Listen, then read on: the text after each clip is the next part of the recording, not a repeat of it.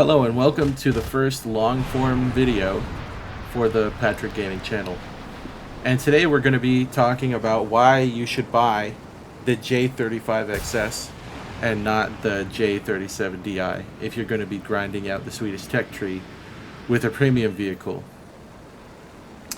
So recently they added the j37Di to the Swedish tech tree, and it's a 13.0 vehicle.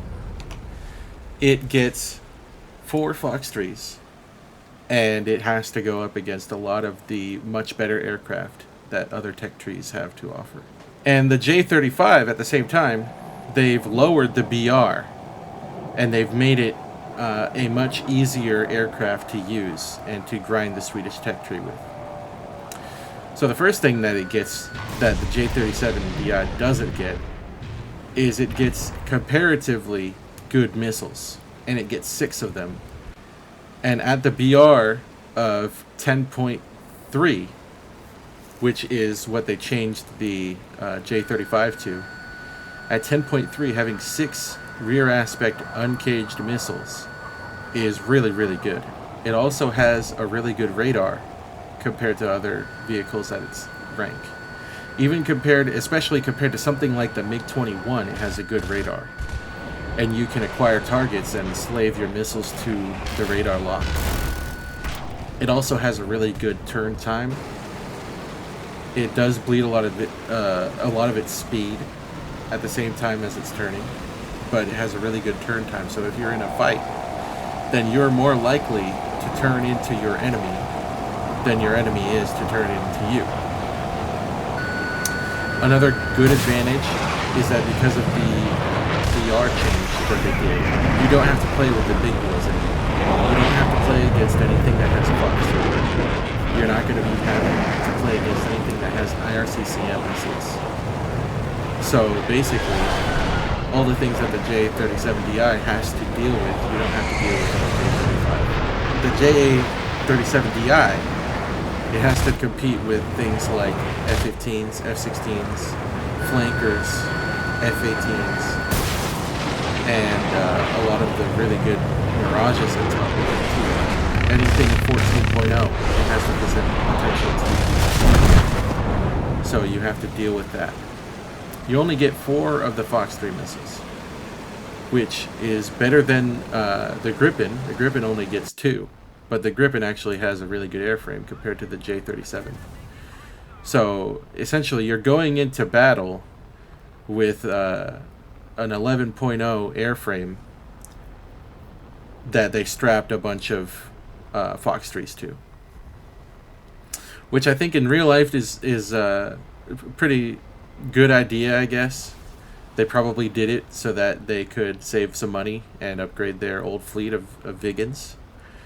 But in the game, it doesn't really work, because at top tier, at the very top of the game, everything's so compressed. So you're not going to be going up against just 13.0s. You're not going to be going up against just anything below that.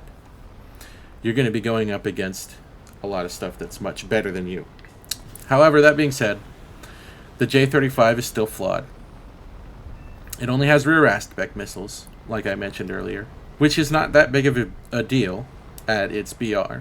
It's actually quite normal, but there are a couple vehicles, airframes, that get things like R60s and R60Ms around that battle rating. So like 11.0, that the MiG-21 BIS, it gets 6 of the R60s. However, you might not think the R60Ms are very good. They're alright. The gun, the main gun of the J35, is in a pretty strange place. It's off to the right a little bit, so you have to kind of compensate for that when you're in a fight. You don't get a CCIP, so if you get into a close-up fight with somebody where you're going to use guns, you kind of have to just have a sense for where your bullets are going to go. Another thing is that you only get 12 countermeasures, but at the BR that the J35's at, most things are going to be dealt with in 1 or 2 flare pops. And you're you're just going to be able to get rid of a lot of stuff on your tail that way. So if someone per se launches an R60, you only have to pop your flares once. So as long as you're being sparing with your flares, then you're not going to have too much of a problem.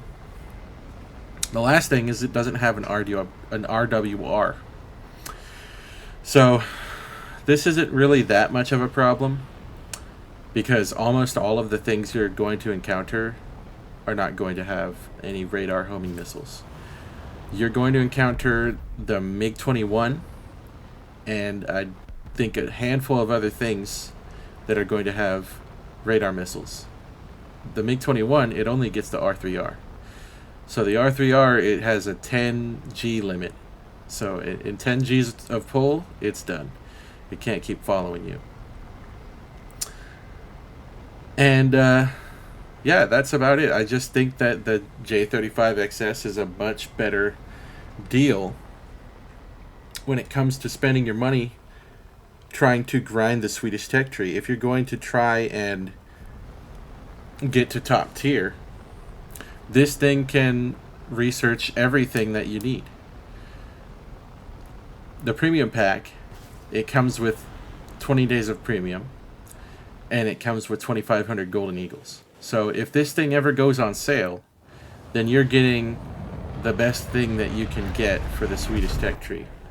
Whereas for $80 or half off $40, you will be getting more days of premium. You get 10 extra days, you get 30 days.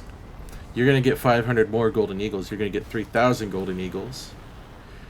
But overall, you're just going to be competing against stuff that is much superior to you. And it's just not worth it.